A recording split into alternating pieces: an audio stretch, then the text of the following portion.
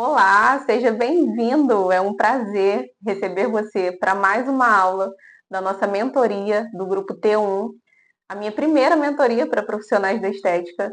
E hoje a gente vai falar sobre um tema que foi muito aguardado, que costuma surgir muitas dúvidas, né? Costuma gerar muitas dúvidas em vocês, que é a expectativa. Expectativa do paciente, o controle dessa expectativa, como vocês podem dosar, como vocês podem perceber uma expectativa um pouco mais exagerada, uma expectativa um pouco mais alta por parte desse paciente, quando é hora de liberar esse paciente, quando é hora de só saber fazer o controle. Então, hoje a gente vai conversar sobre esses pontos nessa aula. E eu queria começar falando com vocês sobre o atendimento que vocês prestam ao paciente, né? Que é o primeiro passo. Quando vocês recepcionam esse paciente, começam a conversar com ele, e eu já dei aqui a aula sobre a parte documental. Então, o primeiro documento que vai auxiliar vocês em relação ao controle de expectativa, tá? É o plano de tratamento. Quando vocês fizerem o plano de tratamento com o paciente de vocês, e vocês forem levantando ali quais são as necessidades dele, você vai conseguir perceber se esse paciente tem talvez aí uma distorção de imagem, tá? Porque às vezes quanto maior é a distorção de imagem desse paciente, maior vai ser a expectativa dele. Porque a gente segue a seguinte linha de pensamento, tá? Se o paciente se acha muito feio, se ele se enxerga muito feio, se ele se olha no espelho e ele não gosta do que ele vê, consequentemente, a expectativa dele de melhora ao contratar o seu procedimento, ao contratar o seu serviço, o procedimento que você vende, aquilo que você oferece, ele espera que ele vai solucionar essa distorção de imagem que ele tem. Entende? Ele vai esperar que você faça o milagre que ele espera. Ele está te contratando para que você faça esse milagre. Então, assim, esse é o primeiro passo, tá? Quando você estiver fazendo, montando esse planejamento com seu paciente, você já vai vendo ali nessa conversa. E eu gosto também de falar sobre essa questão, tá? Tem muito profissional que acha que realizar procedimento, trabalhar com estética avançada, vocês podem trabalhar como delivery, assim, muito rápido e atender o paciente de forma completamente mecanizada, fez ali, injetou e tchau. E não pode ser assim, tá? Assim, o que eu gosto muito de ressaltar com vocês é o seguinte: uma das partes mais importantes do atendimento de vocês, do dia a dia, tá? Do trabalho, é a conversa. Vocês precisam conversar com seus pacientes. Vocês precisam ouvir as queixas, vocês precisam ouvir as dores desses pacientes, até para que vocês possam identificar se ele é um paciente problemático, se ele é um paciente que precisa, antes de realizar o procedimento, ser encaminhado para um tratamento psicológico, um tratamento psiquiátrico, porque de fato tem pacientes que têm distúrbios psicológicos, distúrbios psiquiátricos, e principalmente em relação à imagem. E qual vai ser o local que esse paciente vai procurar? É óbvio, é uma clínica de estética, é uma clínica de harmonização. Porque se ele tem, como eu falei para vocês, se ele tem um distúrbio de imagem muito exacerbado, consequentemente ele também vai procurar um profissional que faça esse milagre que ele espera.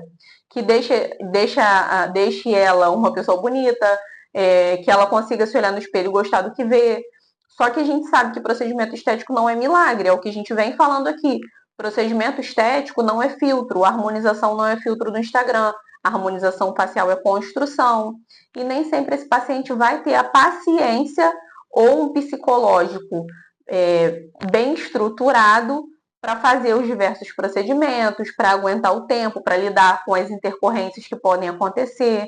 Tem paciente, às vezes, que fica com um edema ou com um hematoma e entra em crise de ansiedade, porque, enfim, já era uma pessoa, às vezes, que já tinha um distúrbio de imagem, e aí se vê com o lábio roxo, por exemplo, vai fazer um preenchimento labial e fica com o lábio roxo. Quando ele se olha no espelho e vê esse arroxeado, isso desencadeia uma crise de ansiedade, isso desencadeia uma crise de pânico. E ele chora, ele vai ligar para você e vai chorar, e vai querer o dinheiro de volta. Então, foquem sempre na parte da conversa. E os documentos vão ajudar vocês nessa questão. Por quê?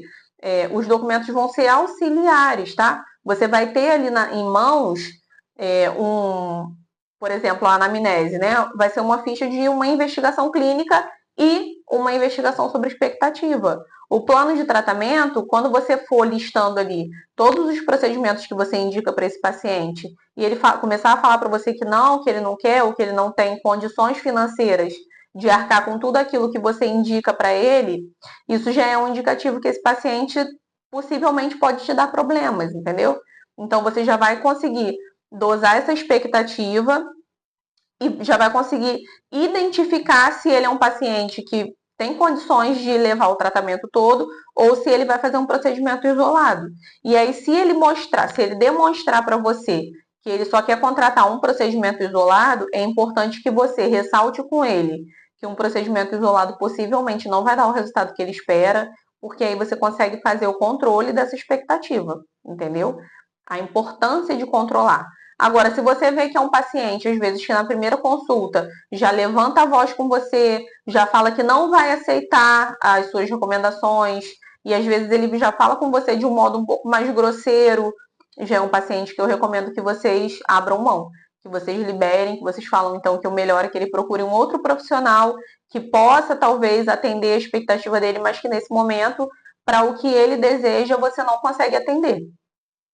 Porque às vezes é muito mais benéfico para um profissional liberar um paciente do que arcar com toda a dor de cabeça que esse paciente vai causar caso ele faça um procedimento com você e às vezes por conta de um hematoma, às vezes por conta de um edema, ele force vocês, ele pressione vocês a fazer a devolução desse valor. E eu sei que vocês também têm muitas dúvidas em relação à devolução, quando devolver, sou obrigada a devolver valor de procedimento, que deu certo, às vezes por conta de uma intercorrência simples. Isso a gente vai abordar, eu acredito, na próxima semana, tá? A gente vai falar sobre devolução de valores, termo de devolução de valores, quando ela é obrigatória, quando não é, como essa decisão é tomada. Tudo isso eu vou preparar uma aula para vocês também em torno disso, tá? Mas em relação à expectativa, eu queria dizer para vocês que, além do plano de tratamento, que é, como a gente viu nas aulas da semana passada, que é o primeiro documento que você vai utilizar para conversar com o paciente e também vai auxiliar nesse levantamento da expectativa desse paciente, você também pode utilizar a ficha de anamnese para isso, tá? Nós conversamos sobre ela e eu mostrei para vocês que a ficha de anamnese, ela pode também ser uma aliada sua, você como profissional, utilizando esse documento para fazer também essa identificação de expectativa, esse levantamento do que o paciente espera. Então, tem algumas perguntas ali que eu coloco na ficha de anamnese e ela vai ser enviada para vocês ao final dessas 4 semanas, onde você vai conseguir entender o que o paciente espera, você vai conseguir entender como ele se enxerga, porque a gente coloca ali uma pergunta para que ele coloque de 1 a 5, como ele, a nota que ele dá para a imagem dele hoje. Então, você pode ver, se é um paciente que se dá nota 1, é um paciente que possivelmente tem um distúrbio de imagem. O paciente que você tem que recomendar harmonização, o paciente que você deve realizar harmonização, é aquele paciente que entende que ele só tem um ponto ou outro a ser um pouco melhorado. Não um paciente que acredita que você vai fazer milagre, entendeu? Porque possivelmente, é o que eu falei para vocês, um paciente que tem um distúrbio muito grave, muito agravado de imagem, ele vai querer imputar toda essa responsabilidade em cima de você como profissional. Ele vai entender que você é o santo que vai fazer um milagre na imagem dele, o milagre que ele espera. Só que não importa, quando o paciente tem um distúrbio de imagem, dificilmente você, como profissional, vai conseguir atingir aquilo que ele espera dentro da cabeça dele, entende? Então, a depender da gravidade dessa forma como esse paciente se enxerga, eu recomendo que vocês até dispensem o paciente, sim. Vai ter casos que vai ser melhor vocês fazerem a dispensa desse paciente. E isso vocês só vão entender no dia a dia, na prática clínica diária de vocês. Quando vocês vão precisar dispensar, quando não vão precisar. Claro, utilizar os documentos, como eu expliquei.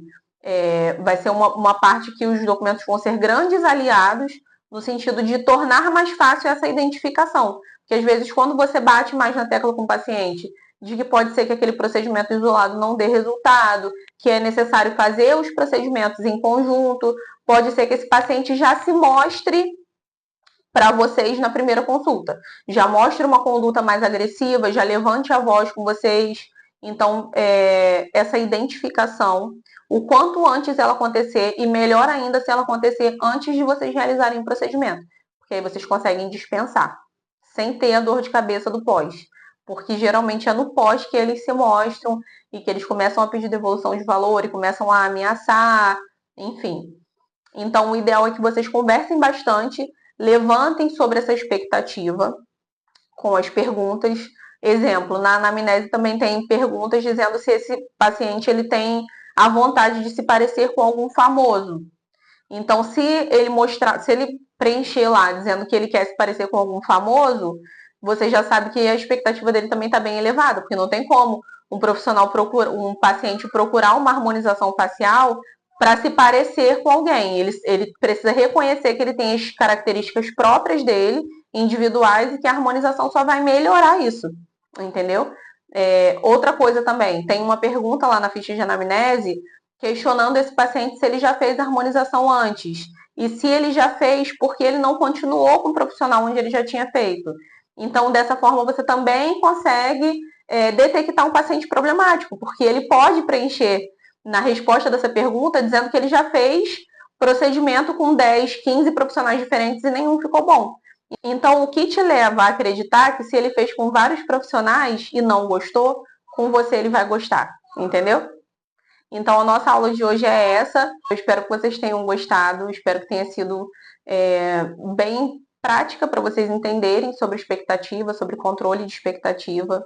Eu sei que ficam muitas dúvidas em torno desse tema, então, ao final das 4 semanas, além de enviar um material para vocês, eu vou abrir aqui o nosso grupo para discussão, para tirar dúvidas, tá? E é isso. Até a próxima semana e eu espero vocês.